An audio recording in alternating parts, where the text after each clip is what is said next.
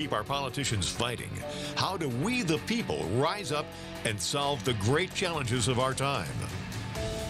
We do it by embracing freedom and liberty. There may be no such thing as a free lunch, but this hour is as close as it gets. Welcome to A Free Solution. All right, welcome to A Free Solution. I'm Kevin Wilson, your host for today. Thank you so much for joining us. Appreciate you being here on this wonderful Friday. We are joined by friend of the show, Sean Hannon. Sean, how's it going? It is crazy time here out in the real world. How's it going with you, Mr. Wilson? Oh, living the dream, as Love it. usual. Love it.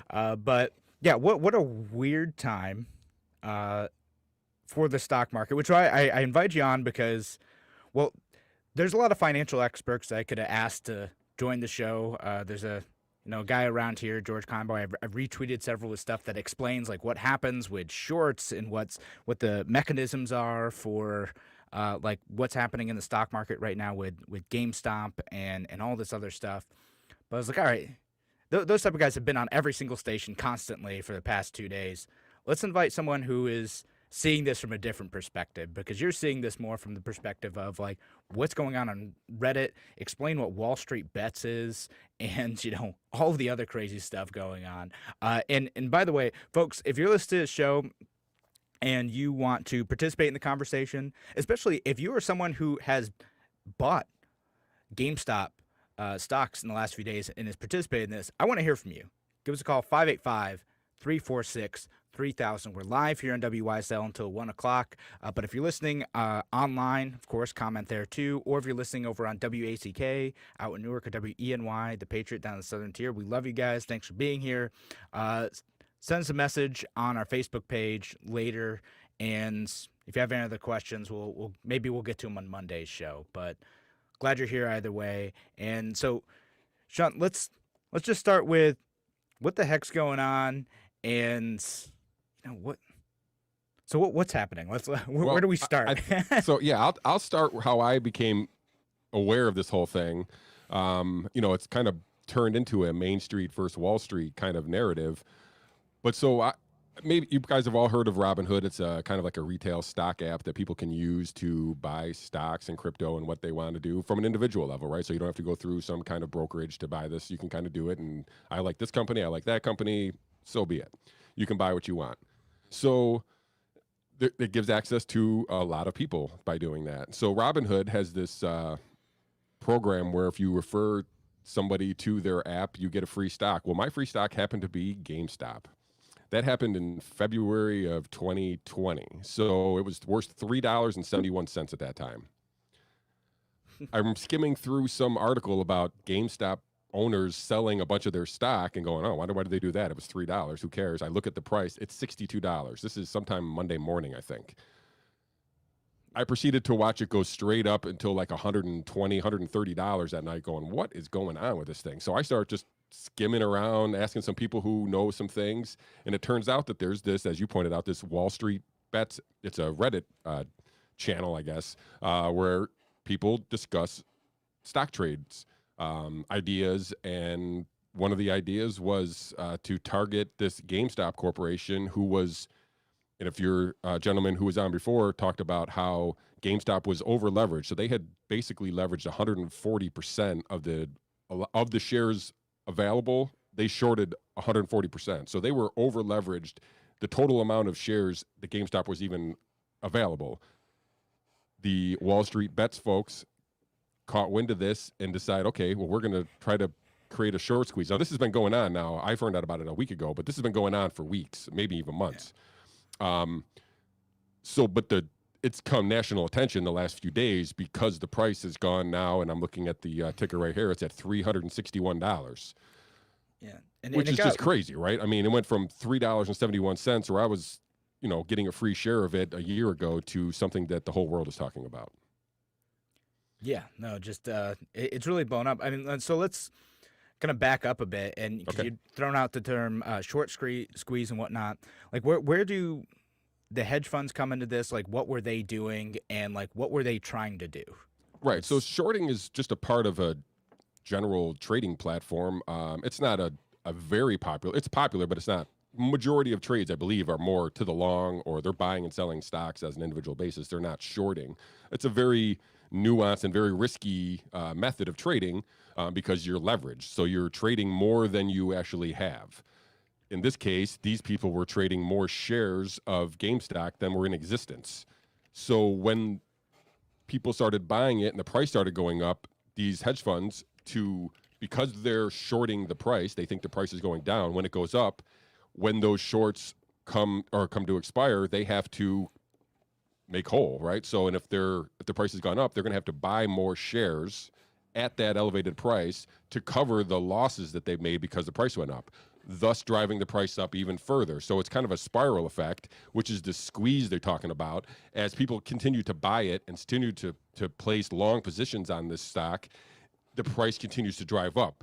These people who have shorted this are losing literally billions of dollars. So this is why all hell broke loose yesterday, where all of these, including GameStop, AMC, Nokia, there was a bunch of BlackBerry, I think there were, they all basically stopped buying. You could no longer buy those stocks at the retail level.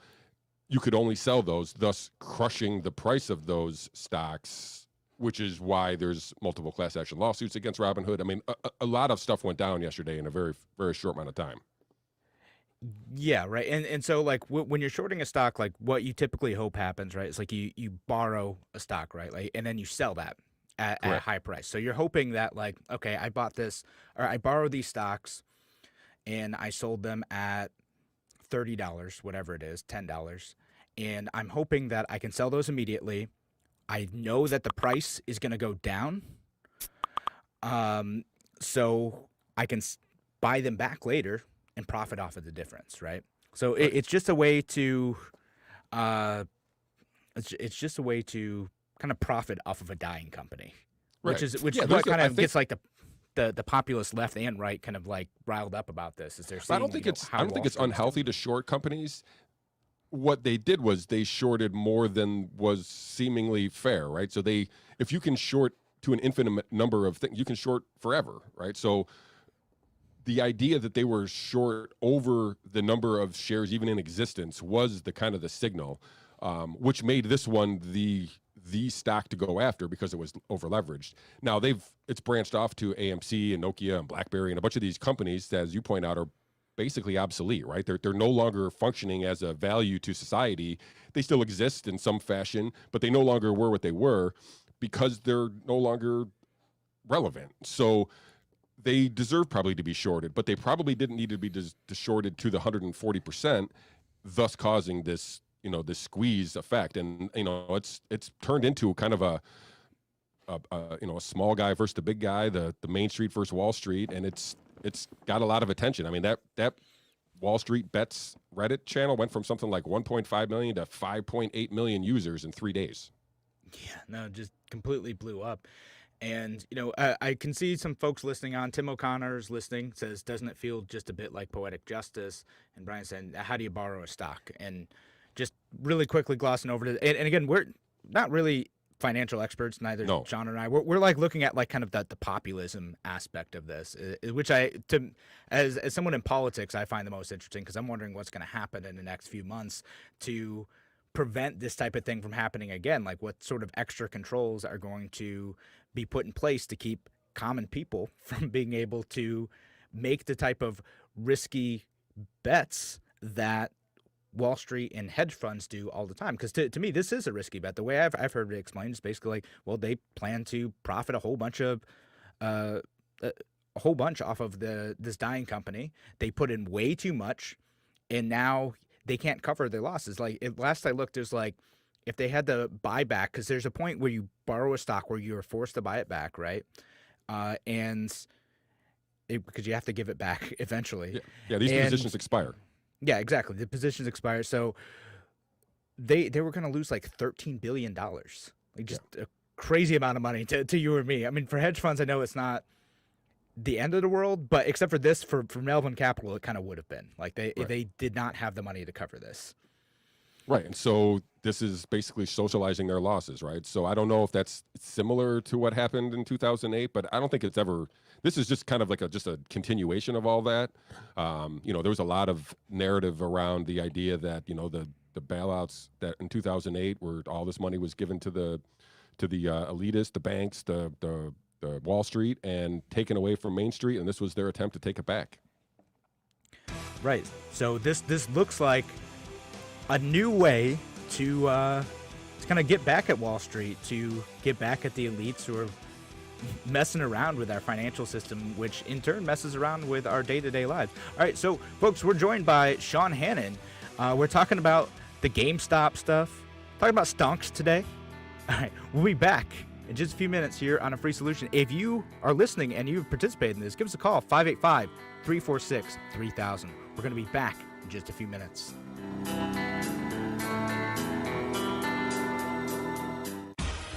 Your business relies on computers and technology to operate. Slow, unreliable networks and servers can cause unplanned downtime and affect your bottom line. The experts at Simple Tech Innovations are here to help. Their preventative maintenance program ensures that your computers and network are kept up to date and monitored for any issues, keeping your business running smoothly. They also help clients achieve HIPAA, PCI, and New York State cybersecurity compliance to keep your network safe and secure. Whatever your business IT needs are, Simple Tech Innovations should be your first call. They've won the Best in Rochester 8 years in a row and have an A+ Better Business Bureau rating. Call them today for a free consultation at 585-200-3182. That's 585-200-3182. Simple Tech Innovations.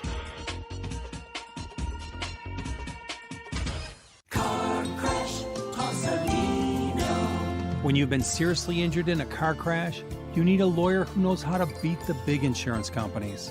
Call me and I'll take them on so you can focus on your health and family. Car crash, call Salino.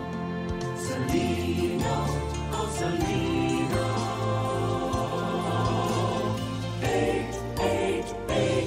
888-2020. Main Street, Rochester. A message from the National Police Association. It used to be that any able-bodied person would offer to assist a police officer in danger. Now, passers-by are more likely to take a video. There's a better use for your phone when an officer's in trouble. Call 911. Tell the operator where you are and what you see. Then, start your video to provide evidence later. To learn more about how you can assist law enforcement, visit nationalpolice.org. That's nationalpolice.org. Why do businesses choose to move their website from Wix and Squarespace to Simple Tech Innovations? Maybe it's their excellent customer service or attention to detail. Maybe it's their ability to give a truly customized solution. Or perhaps they just like the fact that Simple Tech is a local small business that builds great relationships with its clients. Whatever the reason may be, you can rest assured knowing that the local team at Simple Tech has your best interest in mind when building or updating your website. They're hands-on and love helping customers achieve their goals. But don't take my word for it. They've won the Best in Rochester 8 years in a row and have an A+ Better Business Bureau rating. If your website doesn't match your dreams or isn't achieving your goals, give the professionals at Simple Tech Innovations a call today for a consultation at 585-200-3182. That's 585-200-3182. Simple Tech Innovations. A free solution.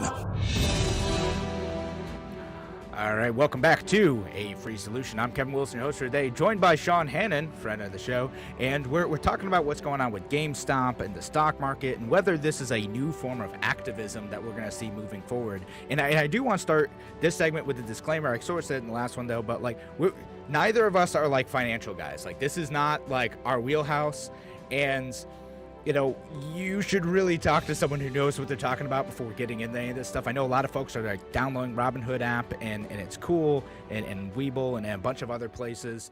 So great, do your thing, but no, like, you are taking a risk doing that. Like, you could actually lose money if you go and buy a bunch of GameStop stock right now, and then it could crash in a few days after the short squeeze is over, and yeah, then you've lost a bunch of money. So just be careful with that stuff, because it's your real money involved. If you're willing to take the risk, do your thing. But to that end, Sean, I'm like, where's this going for the people who are participating in this? Like, you've been paying attention, talking to folks. Like, what's the end game here? Yeah. What I can say is I don't think this is going away. I think this is I don't know if a new normal is the right thing, but this is a new fundamental as far as price action in stocks and crypto and anything, because the mob knows they can move the needle now.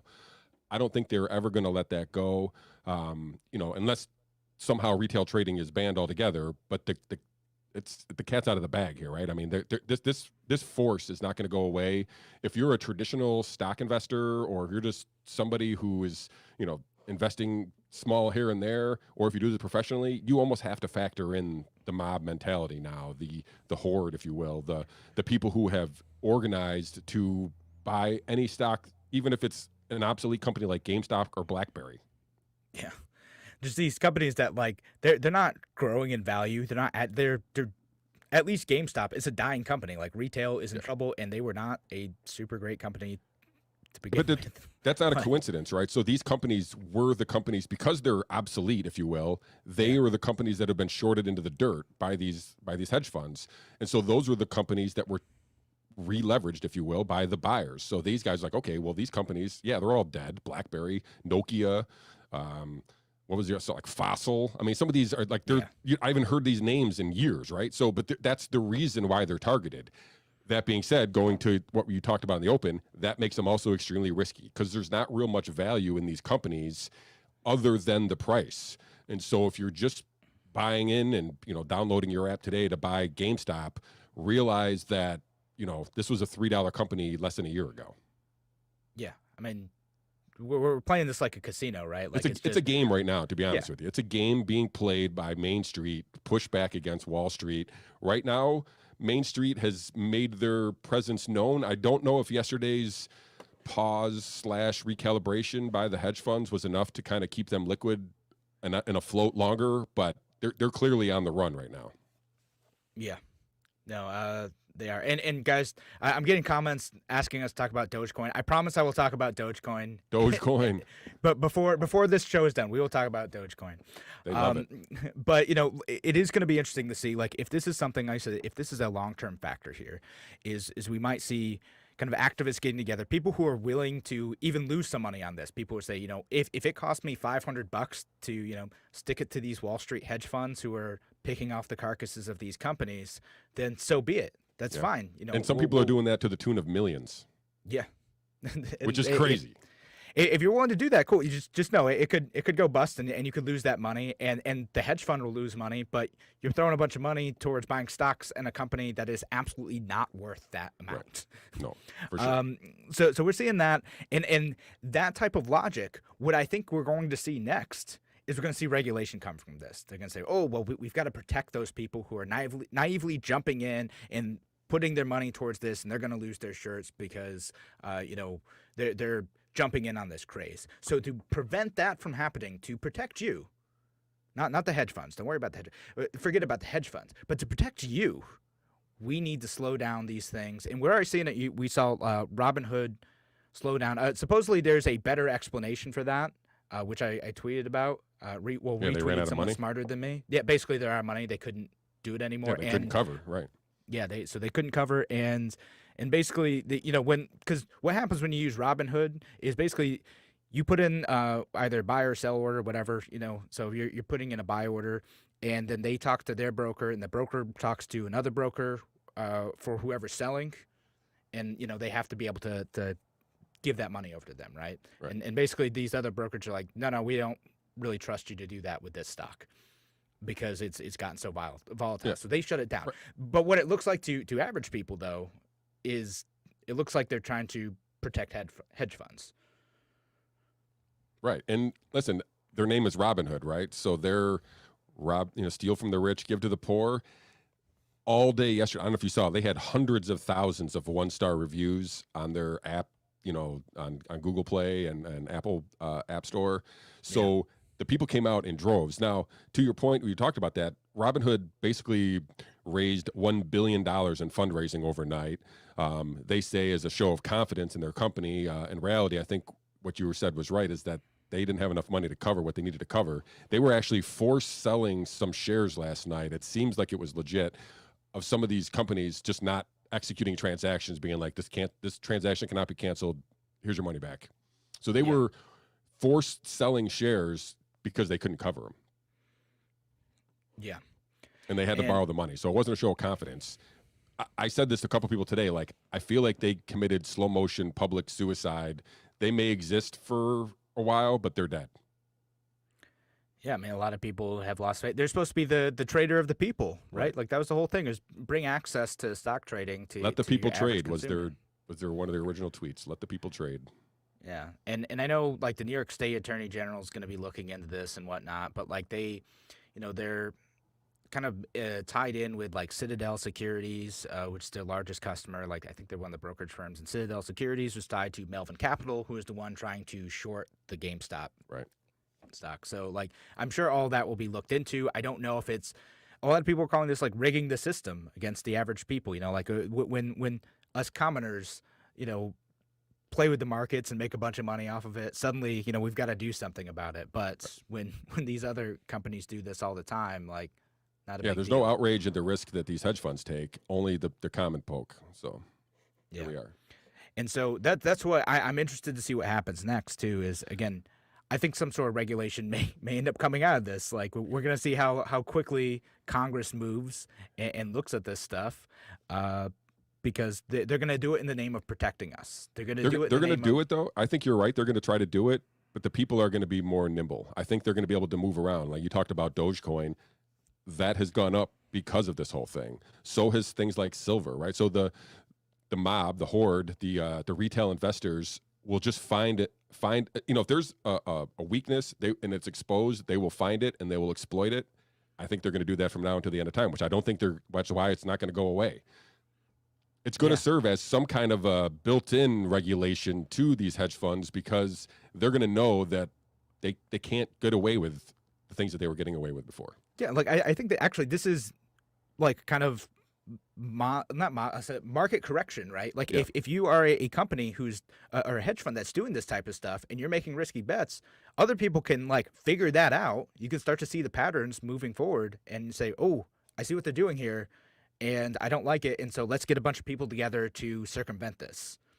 And that is within the rules of the system, totally legit right now. You could do that. I said, I don't know if that's going to change. I don't know if, like, these types of actions are going to be regulated more in the future, or if companies themselves will say, like, well, and I think, who is it?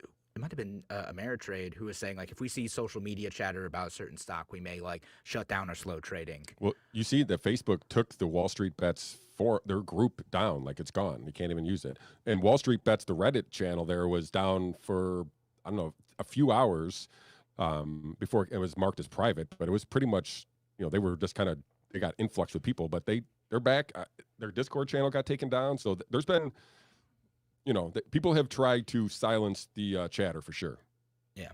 But to your point, I think you're right. And I think I've heard this comparison too. Is like, some of these people who are on Reddit, they're like video gamers who will spend, 100 hours trying to figure out, like, a weird little glitch in a game or something, right? Like, they're going to spend time learning the rules to find a cheat code to the market system. So even if you change the rules, it's just a matter of time before people are like, all right, we figured out the new flaw. Let's go. Right. Here it is. Now, obviously, they could cover it up and try to, remain untransparent of some degree. But I think that I don't know, there's too much information out there now that I think that the mob, the retailers are just going to find that weakness anytime they can. Yeah. And yeah, I agree with that. I think people are going to just keep finding it. So it doesn't matter if government regulates, like, the market can respond even quicker than that, because it made it slow them down, but they'll just, again, they'll recalibrate themselves. Yeah. So it's going to be interesting to see that. It's going to be interesting to see who ends up getting punished for this, if anyone. And I don't know if it is, because we're seeing, like, Ted Cruz talking about AOC's right on this stuff. We do need to look in what happened with Robinhood, and I don't know, weird populist political alliances emerging out of this. All right, so when we come back, we'll keep talking about this subject, though. And again, if you are in this or just interested in this, give us a call, 585-346-3000. Phone lines are open till 1 o'clock here on WYSL. We'll be back in just a few minutes here on The Free Solution. Talk to you soon.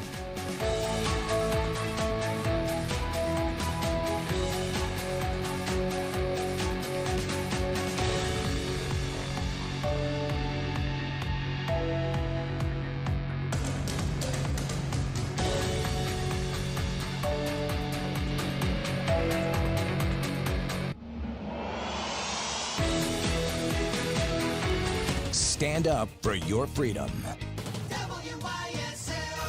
AM 1040 Avon Rochester, FM 92.1 Rochester, and FM 95.5 Spencerport. Here's the latest forecast from the News 10 NBC Weather Center for tonight. More bitter cold, more local lake effect flurries and snow showers. A fluffy inch or two possible for some. Most of us just a dusting down in the single digits. Cold weekend ahead, teens on Saturday. Morning flurries will give way to partly sunny skies, kind of cloudy in the teens once again on Sunday. I'm Rich Cadelia, WYSL. Tax season is upon us once again. Whether you're looking for small business or individual tax return services, you need to know how the recent CARES Act provisions have affected your tax situation. Issues to consider: stimulus checks, early retirement distributions, PPP loans, and much more. Better get the A-team on your side. Paget Business Services in Caledonia has the experience and expertise to help benefit you the most. They use state-of-the-art tax software, and owner Ben Guerrera has many years of experience. This year, with new COVID-related changes, don't even think about struggling with generic tax prep software or trying to work with a relative or friend. There's a lot new to know. So call Paget Business Services in Caledonia to make your tax appointment. Get peace of mind this tax season and head into 2021 with confidence. Paget Business Services, preparing individual and small business tax returns since 1991. Call 538-2501. That's 538-2501. You can also visit their website at pagetbusinessservices.com/Caledonia. Hey, grab a pen. I'm going to give you a phone number I hope you never have to call. The number for attorney Christopher Johnson. Chris handles car and motorcycle accident cases and DWIs and serious personal injury cases. So if there's an accident or anything else, this is the number you want in your glove compartment. You ready? Here's the number: 585-415-3803. 415-3803. You'll want that handy because suddenly, at that time, you'll be getting lots of, quote, advice. With this number in hand, you know you'll have experience on your side and integrity and individual attention to your case. So forget the singing jingle phone numbers, the actors playing ex-clients, bragging about their $1 million settlements. Just remember the number for Christopher Johnson, attorney. We hope you never have to call. 585-415-3803. 415-3803. Stay safe, be healthy, drive sober. Christopher Johnson, attorney, personal injury, car or motorcycle accidents, DWI defense. Good to know. Oh yeah, going on a date. Not the first one, not the last one, just the heart one. Everybody wants one. Got the red, got the heart, got the love. My love, Valentine. True love, Valentine. Spoil you, please you, take you out, and appease you just because you're you. I love because you're you. My love, every day with you. You and me and you. Happy to, happy to, happy to. Show World. Emani, time for school, baby. Emani, time for school. Emani, it's time. A different couch, a different floor, the backseat of a car. Over 2,000 Rochester school-aged children are homeless, but now there is hope. The Open Door Mission Cold Water House for moms and their children. OpenDoorMission.com/doves. Inside the Taylor Laboratories. Hey, Tony, what you doing? A little experiment, Zach. Look what I have under the microscope. Ugh, what's that? A sample of indoor air. How can it be that dirty? Don't AC and furnace filters help? Only with dust, Zach. But when Taylor installs a whole house APCO air purifier to detox the air, odors, chemicals, mold, bacteria, and viruses are removed. For clean indoor air. Yep. Ain't science awesome? Taylor, 500 help.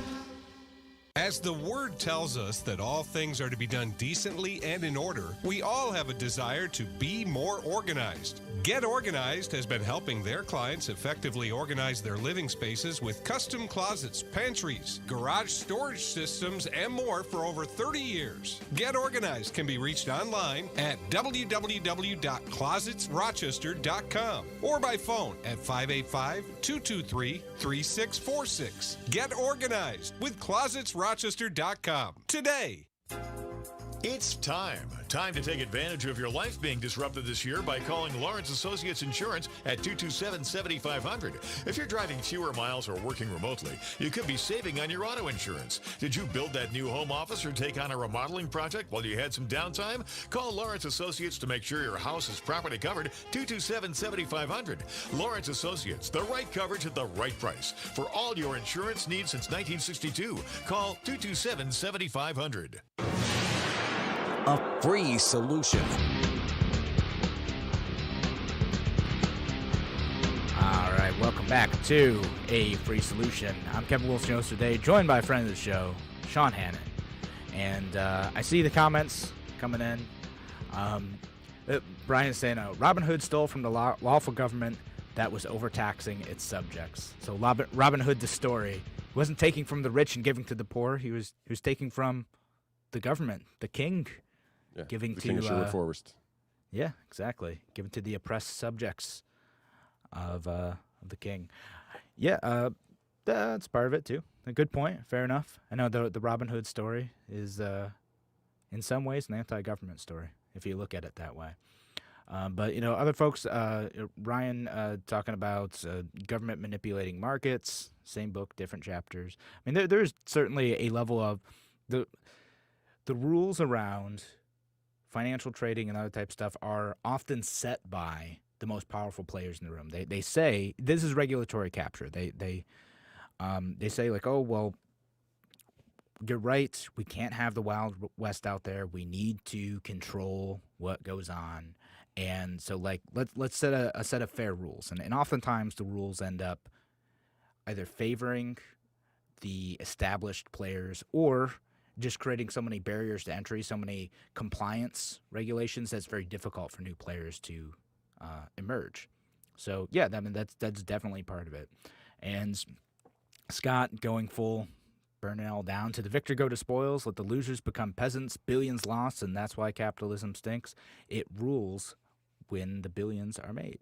Yeah, we're seeing people who are kind of talking out of both sides of their mouth. No, let's not let government regulate us. Let's not do anything. And then suddenly, when the game is switched, when people figure out how to bend the rules or at least get around the rules there in the same way that these hedge funds have been doing, then suddenly we gotta do something about it. And that's what a lot of Wednesday and Thursday was. A lot of like people going on news stations being like, "This is a crisis. We need to stop it."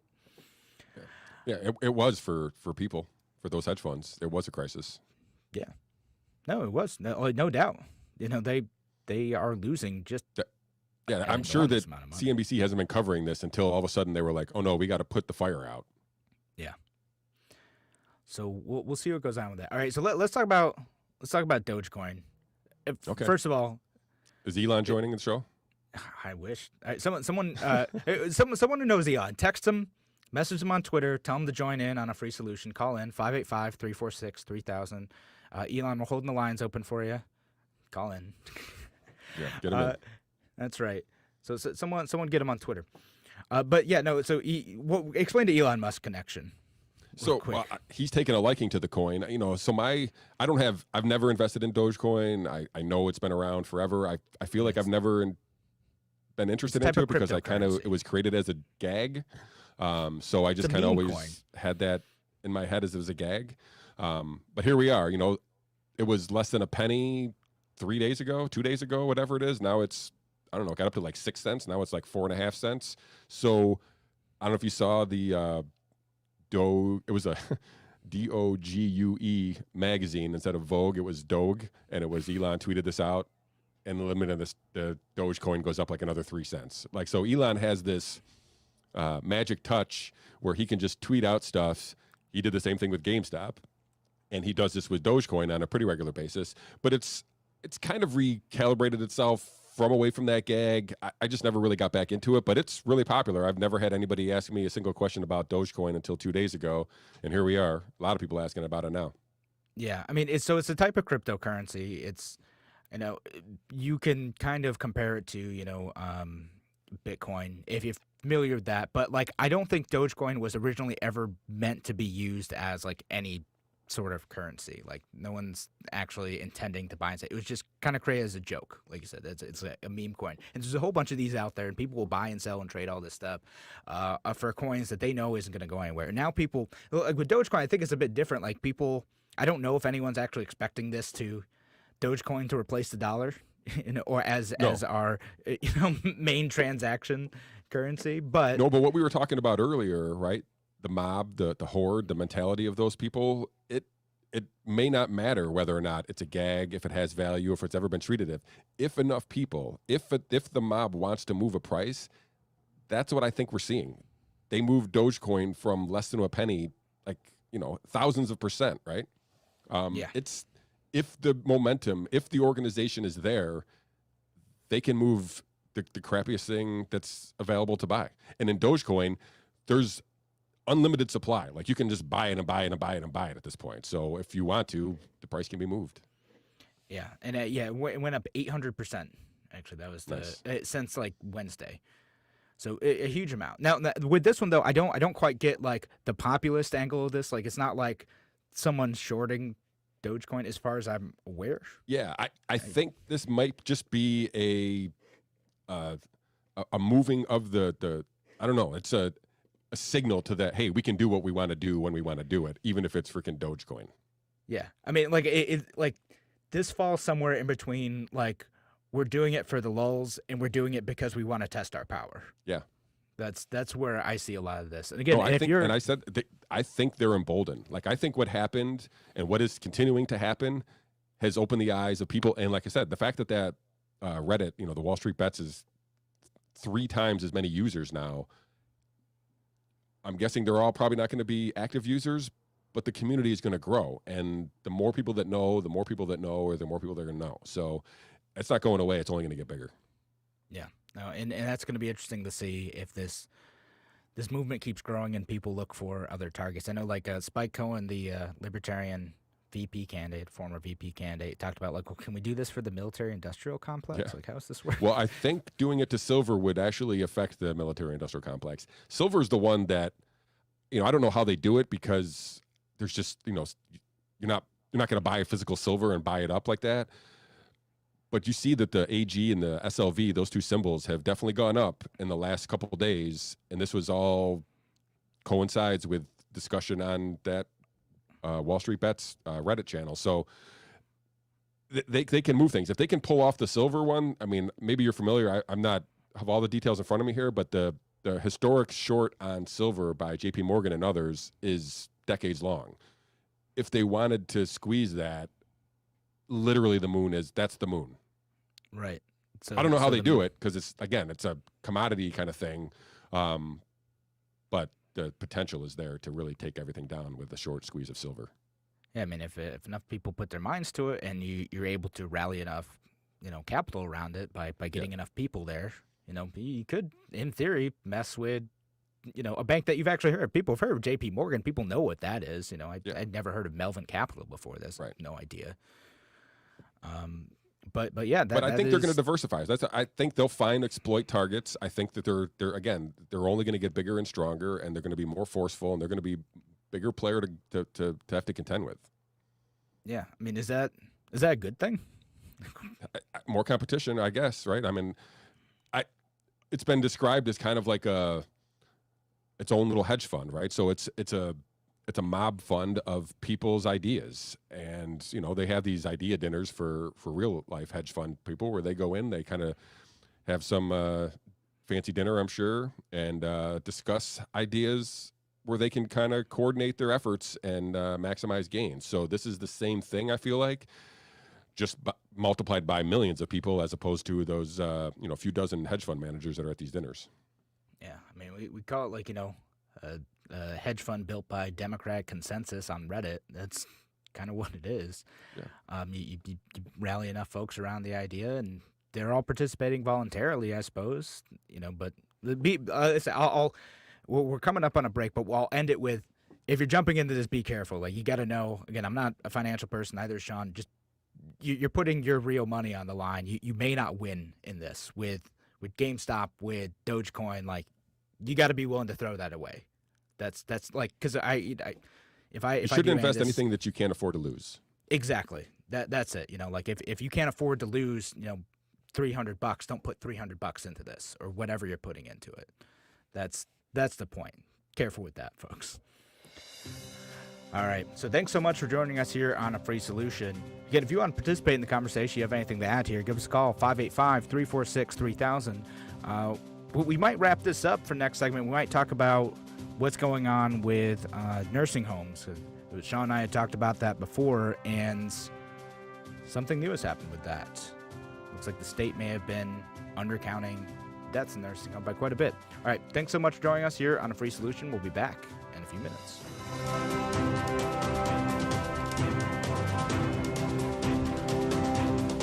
Why do businesses choose to move their website from Wix and Squarespace to SimpleTech Innovations? Maybe it's their excellent customer service or attention to detail. Maybe it's their ability to give a truly customized solution. Or perhaps they just like the fact that SimpleTech is a local small business that builds great relationships with its clients. Whatever the reason may be, you can rest assured knowing that the local team at SimpleTech has your best interest in mind when building or updating your website. They're hands-on and love helping customers achieve their goals. But don't take my word for it. They've won the best in Rochester 8 years in a row and have an A+ Better Business Bureau rating. If your website doesn't match your dreams or isn't achieving your goals, give the professionals at SimpleTech Innovations a call today for a consultation at 585-200-3182. That's 585-200-3182. SimpleTech Innovations.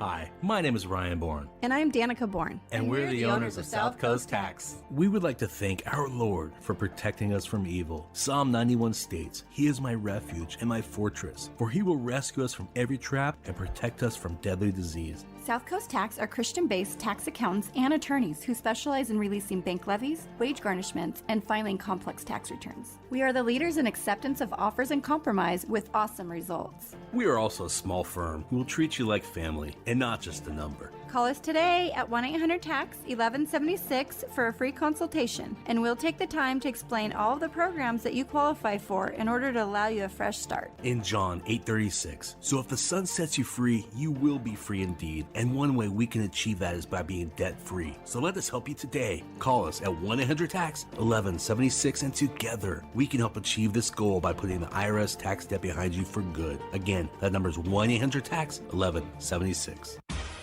Your business relies on computers and technology to operate. Slow, unreliable networks and servers can cause unplanned downtime and affect your bottom line. The experts at SimpleTech Innovations are here to help. Their preventative maintenance program ensures that your computers and network are kept up to date and monitored for any issues, keeping your business running smoothly. They also help clients achieve HIPAA, PCI, and New York State cybersecurity compliance to keep your network safe and secure. Whatever your business IT needs are, SimpleTech Innovations should be your first call. They've won the best in Rochester 8 years in a row and have an A+ Better Business Bureau rating. Call them today for a free consultation at 585-200-3182. That's 585-200-3182. SimpleTech Innovations.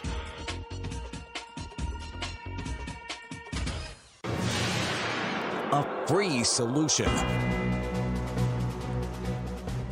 All right, welcome back to A Free Solution. I'm Kevin Wilson, your host today. Thank you so much for joining us. Thank you for being here.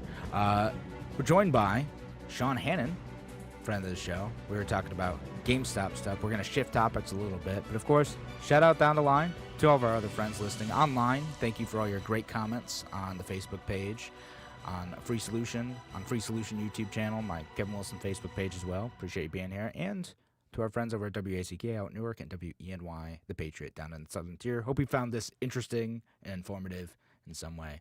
But we wanted to talk about the nursing home thing because, Sean, you and I talked about this months ago. Yeah, we talked about it a while ago. Like, this is now just blowing up in, like, the mainstream media. But, like, just to, Sean, let's, what happened? What news story broke yesterday?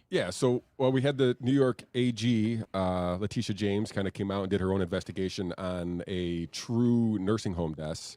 If we can backtrack just a little bit, if you guys remember, the governor had a March 25th executive order where he basically forced long-term care facilities to take COVID positive patients back in to those facilities. And seemingly right around there, we had this huge push in nursing home deaths, but we didn't really know about it. It seemed that it was happening, but you were hearing more anecdotal because the New York's numbers were low, right? So we were getting these reports from our governor. I think the total nursing home deaths that reported to date is something like 8,700. When we talked, I think it was more like 6,000. And there was thoughts that it was double then. Well, it turns out that it's closer to 13,000, according to the Attorney General. And this was kind of like a canvassing of these nursing homes, and they kind of went around and tried to find an actual number of deaths. So our overall New York State death total went from 8,700 to somewhere 13,000 or maybe more. And this all just came out in the last couple of days. So I have not been afforded the privilege to listen to our governor's press conference today. So I missed that and how he responded. But at least it's now out there in the ether, other than the anti-Cuomo ether, if you will, the real world, the real media. They're all aware that this has happened now. But again, we've been talking about this for months, so it wasn't kind of some super secret. It was just not covered until today.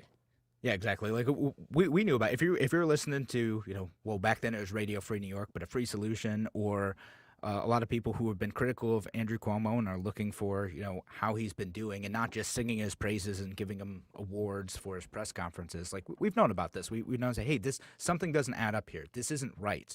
And we think that government policy, Cuomo's policy specifically, has led to a number of nursing home deaths, and now they've underreported those deaths to the Department of Health in order to make them look like they're responding more effectively to the pandemic. So we've been talking about this for a while. Mainstream media has finally caught up. Good job, guys.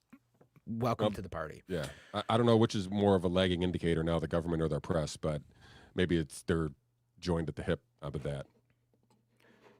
Kind of feels like it in New York State. Well, they've and got this is still like we still, just to touch on this real quick. If you guys remember when we talked last, Bill Hammond, who was director of health, I believe, at the Empire Center, they have filed a Freedom of Information request for the exact numbers.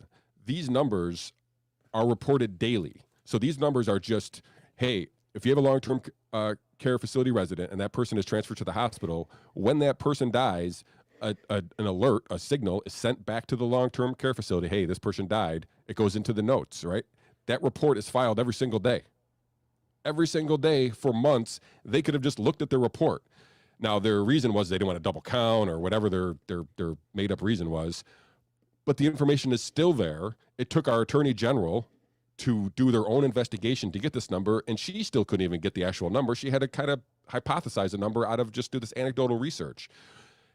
The governor has still not given us the number. Yeah. And like at this point, again, I think we talked about this before. Why not just okay, we did undercount these.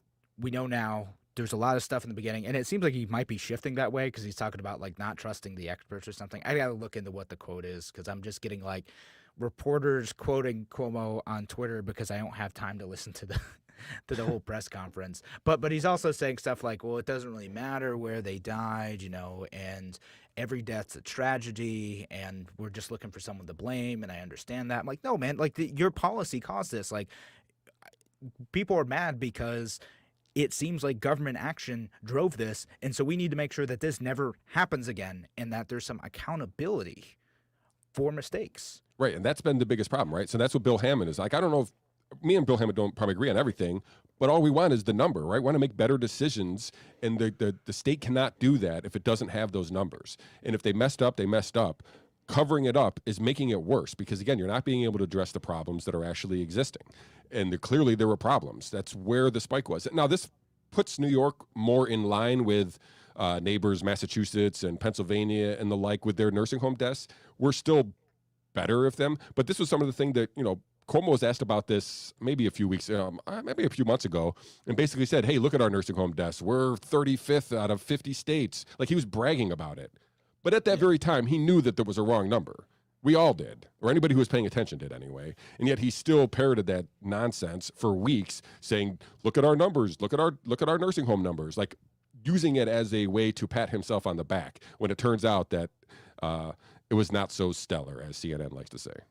Yeah, and I find it hard to believe that he didn't know that, right? Like, or that he didn't put any effort to understand that information. Like, maybe if he said it the first time and he went back to, oh, actually, I looked at these, I had my staff check these for me, and the numbers were off. You're right. Like, we're going to look into this and make sure this doesn't happen. That's what a good leader does.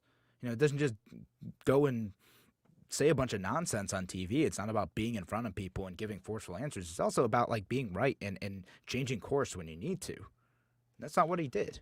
Well, he was trying to win an Emmy, so he succeeded in that, and nursing home residents be damned. Yeah, I mean that's exactly what it is. So unfortunately, you know, we're gonna see what happens. I don't know exactly how the New York State Attorney General is going to act on this. I'm curious. You know, the Attorney General, for those who don't realize, is politically independent in a sense from the governor. They are elected separately. I mean, they are, but they aren't. You know, Governor Cuomo obviously has an enormous amount of influence of the Democratic Party in New York State. So I don't know how that will affect things, if there will be more investigations or anything else coming out of this, or if we just get this information and we can decide what to do with that in the 2022 election with Governor Cuomo. But that's a long way off. People forget about this stuff. Yeah, I mean, I'm guessing that Letitia James has political aspirations, and if she could pull this off, she could be the governor, I guess. I don't know how it plays out. I mean, obviously they're, as you pointed out, they're not politically aligned, but they're not unaligned either. It's going to be super interesting. I mean, like I said, I think a lot of people are paying attention to it now, and we'll see how the governor's office handles it, right? I mean, if they can do a mea culpa and somehow, look within and kind of change the way they've talked about this, then maybe I'll listen to it. But it doesn't seem like that's going to be their course of action. No, and to be clear, I don't really care about the politics all that much, other than like, what does this mean for accountability, right? Like, because I don't want to sound crass about this. Like, the problem is that people died when they didn't need to die, and the problem is that like the governor isn't owning mistakes that could result in more people dying in the future, right? If we don't continue to find ways to correct these mistakes and to have accountability for every aspect of the system. And I'll throw in there, because the nursing home deaths were distorted for all summer, it made it seem like there was a problem outside of nursing homes that didn't exist. That too. Yeah, I mean, that's part of it as well, because again, that's where the most vulnerable population is, and that's where all of our resources probably should have been focused. Should have been there. Yeah, and so that's where we're running into all these issues. That's where we need the information as average citizens, and also like healthcare providers and everything else. Like that's the type of information that's valuable, that's actionable. And if the governor is going to, misrepresent what happened, that's a problem. And I hope that the press that is allowed into these news conferences isn't so intimidated as to just kind of say, "Yep, okay, good enough." Because I think there's a sliver of hope there. I think there is. Yeah, I think so too. All right, so we're running out of time. So Sean, real quick, where can people find you? Tell us the name of your show. Promote yourself. Yeah, so go for it. Sports, Clicks, and Politics. You can find us anywhere where you download your favorite podcasts. We do a live show on YouTube. You can check out our. We just moved to YouTube there, so we're from Facebook. We have a Facebook page. You can check us out there. Yeah, Sports, Clicks, and Politics. We kind of cover a little bit everything. All right, excellent. Sean, thank you so much for being here and talking about both of these things. Thanks for having me. All right, so we're out for the day. Thanks for joining us here on A Free Solution. I will be back on Monday. Have a wonderful weekend, everyone.